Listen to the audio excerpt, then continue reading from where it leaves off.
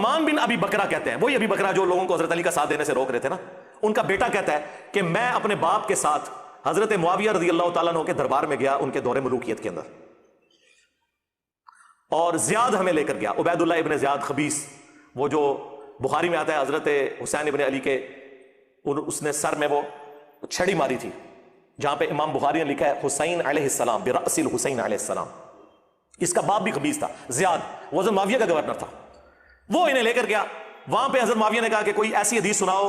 ابو بکرہ جو تم نے خود رسول اللہ سے سنی ہو، انہوں نے پکڑ کے یہی حدیث سنا دی، ہاں کہ نبی الاسلام اور ابو بکر کو تولا گیا تو رسول اللہ بھاری ہو گئے، اور کرتے کرتے وہاں تک جب پہنچا نا تو، اور پھر اس نے ساتھ کہا کہ نبی الاسلام نے فرمایا کہ خلافت کا ملوکیت میں بدل جانے کی طرف اس خواب میں اشارہ ہے کہ بتدریج خلافت ختم ہو کے ملوکیت میں بادشاہت میں وہی کیسر و کسریٰ کا جو نظام ہے وہی آ جائے گا۔ تو اب یہ حدیث جب سنائی نا ابو بکرہ نے تو زیاد نے گردن سے پکڑ کے، مسند احمد کے الفاظ ہے، حضرت معاویہ کے دربار سے باہر نکال دیا دھکے مار کے، اور کہا کہ تنو اور کوئی حدیث نہیں سی لبھی، جو یہ ایسی سانو کہنے نا کہ تانوں یہ حدیث ملی ہے تقتلہ الفئۃ الباغیہ یدعوہم الی اللہ ویدعونہ الی النار، تواڈے بزرگ بھی یہی کچھ کرتے سر، اور بزرگ کون؟ آؤٹ آف ویڈ لاک پیدا ہونے والا ابن مرجانہ کا بچہ زیاد، یہ وہی ہے جسے حضرت معاویہ نے اپنا بھائی بنا لیا تھا یہ کہہ کے کہ زمانے جاہلیت میں میرے باپ نے اس کی ماں کے ساتھ منہ کالا کیا تھا، اس وجہ سے یہ میرا بھائی ہے، اور اس پہ پھر ابو بکرہ، اچھا وہ ابو بکرہ کا بھائی بھی بنتا ہے نا، یہ زیاد جو ہے نا وہ ابو بکرہ کا بھی بھائی لگتا ہے رشتے میں، تو اسی لیے وہ ساتھ لے کے گیا ہوا تھا، اور پھر ابو بکرہ کو لوگ آگے کہتے تھے بخاری مسلم میں کیا ہے تک کو تھوڑے پرانے کے کم پایا ہے، انہوں نے کہا جی اسی تو حضور کو سنا ہے کہ جو اپنے باپ کا نام بدل لے تو وہ جہنمی ہے، اس میں جنت حرام ہے۔ اب دیکھیں بات کہاں سے کہاں جڑتی ہے، کدھر کدھر چینیں جڑی ہوئی ہیں۔ وہ کہتے ہیں جی پھر وہ اس کو، یہ تو بھائی تھا وہ گردن سے پکڑ کے نکالا ورنہ گردن ہی لینی سی، وہ باہر گیا، پھر وہ ان کو دوبارہ دربار میں لے کے آئے کیونکہ ابھی انہوں نے کچھ وہاں پہ آگے گپ شپ کرنی تھی، دوبارہ حضرت معاویہ نے کہا کوئی حدیث سناؤ، انہیں پھر وہی حدیث سنائی، تیسری بار بھی، تین بار ہوا یہ، تیسری بار بھی انہیں حدیث سنائی، تو بس 2 دفعہ تو حضرت معاویہ نے سن لیا، تیسری دفعہ حضرت معاویہ نے کہا کہ اچھا میں خلافت کے بعد ملوکیت ہو جائے گی، ٹھیک ہے ہم پھر بادشاہ ہونے پہ ہی راضی ہیں، بجائے یہ کہ وہ اس پہ استغفار کرتے کہ میرے بارے میں کیا کچھ ہے، انہوں نے کہا ٹھیک ہے ایسی اس سے ہی خوش ہوں، ٹھیک ہے۔ یہ دیکھ لیں یہ وہ ابو بکرہ ہے جن کی حدیثیں پیش کیا کرتے تھے، عبداللہ بن عمر کی پیش کرتے تھے، یہ ان لوگوں کے ساتھ بنو امیہ نے خود کیا کیا، اور پھر ایسا زہریلا ہے، یہ کہتا تو اپنے آپ کو سید ہے، یہ توصیف، اور اس میں کہہ رہا ہے کہ تو اگر حضرت عثمان کے زمانے میں ہوتا نا تو تو نے حضرت عثمان کے خلاف تلوار اٹھا لینی تھی، دیکھو کیسی انالوجی بنا رہا ہے، ٹھیک ہے۔ حضرت عثمان کی شہادت کی بینیفیشری ہے ہی بنو امیہ، ٹھیک ہے، حضرت عمر کی شہادت کی جو بینیفیشری ہے وہ الٹیمیٹلی بنو امیہ ہوئی ہے، ٹھیک ہے۔ مغیرہ ابن شعبہ کا غلام تھا جس نے حضرت عمر کو شہید کیا، براما سٹوری میں جیسا تھی بنا ہو کہانی جی عبداللہ بن سبا نے کر چڑھیا، عبداللہ ابن سبا کا نام بخاری سے لے کے ابن ماجہ تک کسی حدیث کے اندر بھی نہیں آیا، صرف بنو امیہ کی بدماشیوں کو چھپانے کے لیے انہوں نے ایک کریکٹر گھڑا جو حضرت علی کے زمانے میں آیا تھا، اس کا شہادت عثمان سے لینا دینا نہیں، شہادت عثمان تو ہوئی ہے حضرت عثمان کے گورنروں کی وجہ سے، وہ میں نے اپنے ریسرچ پیپر کربلا والے میں ڈال دیا ہوا ہے، اور یہ کہتا ہے کہ اس نے حضرت عثمان کے خلاف تلوار اٹھا لینی تھی، نعوذ باللہ، ٹھیک ہے۔ اللہ کے بندو تم لوگوں کا تو حال یہ ہے کہ پہلے خلیفہ کے مخالفین کون کہتے ہیں جی مرتد، دوسرے خلیفہ کے مخالفین کون کہتے ہیں جی کافر، رومنز اور پرشینز، تیسرے خلیفہ کے مخالفین کون کہتے ہیں جی بلوائی، چوتھے خلیفہ کے مخالفین کون اے رضی اللہ عنہ، چوتھے کے ساتھ اتنی دشمنی، چوتھا تو وہ ہے جس کے ہر مخالف کے بارے میں بخاری مسلم میں رسول اللہ کی حدیثیں ہیں جی، چوتھا وہ ہے، کبھی کوئی تھوڑا انصاف پسند ہو گیا تو کہہ دے گا ان کے مخالفین خوارج بھی تھے، اور ورنہ حضرت عثمان کے مخالفین کو خارجی کہہ رہے ہوتے ہیں، حضرت عثمان کے مخالفین تو خارجی ہے ہی نہیں تھے، وہ صحابہ اور تابعین تھے،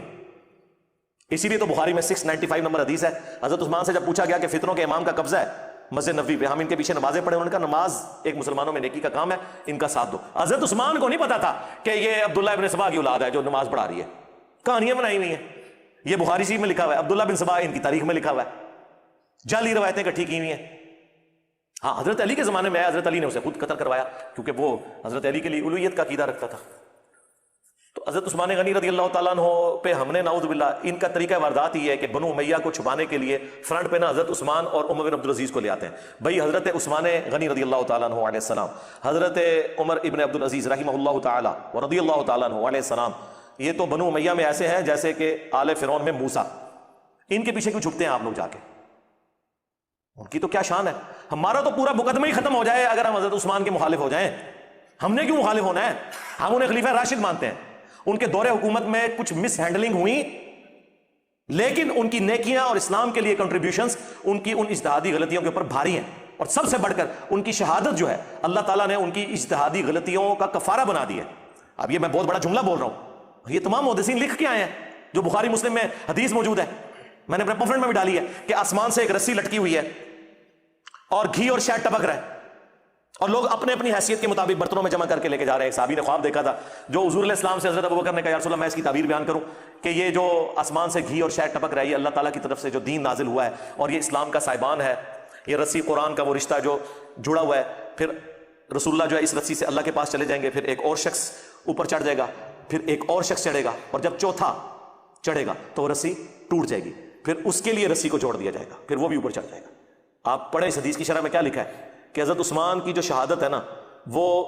ایسا کفارہ اللہ نے بنا دیا کہ وہ رسی ان کے لیے جوڑ دی. چوتھے وہ تھے نا, پہلے رسول اللہ تھے, دوسرے حضرت ابوبکر, تیسرے حضرت عمر اور چوتھے عثمان ابن عفان رضی اللہ تعالیٰ. تو ان پہ تو ہمارا پورا مقدمہ کھڑا ہے. میرے بھائی حامی تو آپ کو بتا رہے ہیں علیکم بسنتی و سنت الخلفاء الراشدین المہدیین, تم پر میری سنت اور میرے خلفاء راشدین کی سنت لازم ہے. تو یہ صرف پہلے 3 خلفاء کا حدیث ہے, چوتھے کی باری آئے تو خاموشی اختیار کر لو, نیوٹرل ہو جاؤ, کہانیاں کروانی بند کرو. ابو داؤد ترمذی میں موجود ہے میرے بعد خلافت علی منہاج النبوہ 30 سال تک رہے گی. یہ حدیث مسند احمد میں بھی اور مشکات میں موجود ہے. اس میں تو الفاظ ہیں کہ اللہ تعالیٰ جب تک چاہے گا نبوت تم میں رہے گی, اس کے بعد اللہ مجھے اٹھا لے گا, پھر خلافت علی منہاج النبوہ قائم ہوگی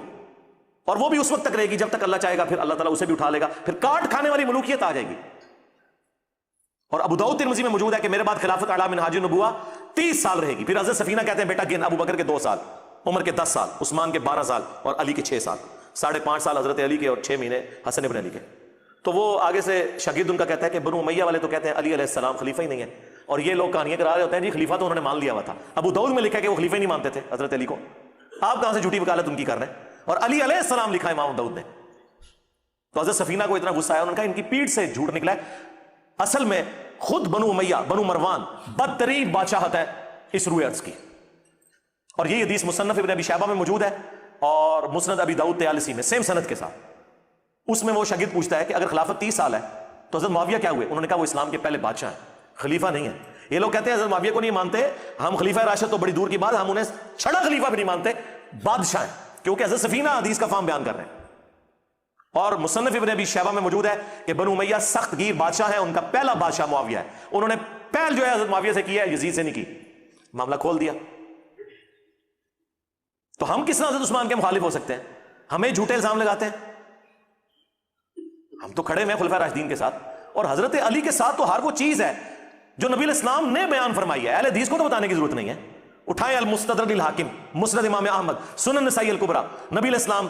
کے ساتھ حضرت ابو بکر اور عمر بھی موجود تھے, اور حضرت علی اور باقی صحابہ بھی. حضور اپنے ایک زوجہ محترمہ کے گھر سے نکلے اور تھوڑا دور جا کے آپ کی جوتی ٹوٹ گئی تو آپ نے حضرت علی کو گھاٹنے کے لیے دی, اور تھوڑی دور جا کے حضرت علی سے الگ ہو کے حضور کھڑے ہوئے, اور اس گیپ کو غنیمت جانتے ہوئے نبی علیہ السلام نے فرمایا دیکھو اللہ تعالیٰ نے مجھے نبی بنا کر مبعوث کیا, تو ایز اے لاسٹ ریزارٹ قرآن کی تنزیل کی خاطر مجھے اپنی قوم کے خلاف تلوار اٹھانی پڑ گئی. لیکن تم میں ایک ایسا شخص ہے جسے قرآن کی تفسیر کی خاطر مسلمانوں کے خلاف تلوار اٹھانی پڑ جائے گی, جس طرح مجھے کافروں کے خلاف اٹھانی پڑی. کہتے ہیں اس میں مسلمان کے الفاظ نہیں ہے. سرکار مسلمان کے الفاظ اس میں امپلائڈ ہیں, کیونکہ کافروں کے خلاف تو حضرت ابو بکر نے بھی تلوار اٹھائی ہے, نہیں اٹھائی مسلمہ کذاب کے خلاف. حضرت عمر نے نہیں اٹھائی ہے رومنز اور پرشینز کے خلاف. تو یہ مسلمانوں کے خلاف تلوار کا ذکر ہو رہا تھا. حضرت ابو بکر نے کہا انا یا رسول اللہ, کیا وہ خوش نصیب میں ہوں؟ فرمایا لا. رسول اللہ اپنی زبان پہ لا کا لفظ نہیں آنے دیتے تھے جود و سخا کی وجہ سے, لیکن یہاں پہ آپ نے مجبوراً کہا لا نہیں.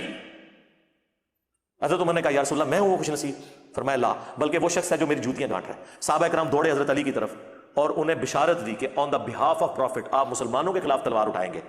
جس طرح رسول اللہ نے کافروں کے خلاف اٹھائی. تو کہتے ہیں کہ حضرت علی کے چہرے سے ہمیں یوں لگا جیسے انہیں یہ پہلے ہی معلوم ہے کہ انہوں نے رسول اللہ کی ڈیوٹی پوری کرنی ہے. اندازہ کریں, بالکل ون سائیڈڈ مقدمہ ہے.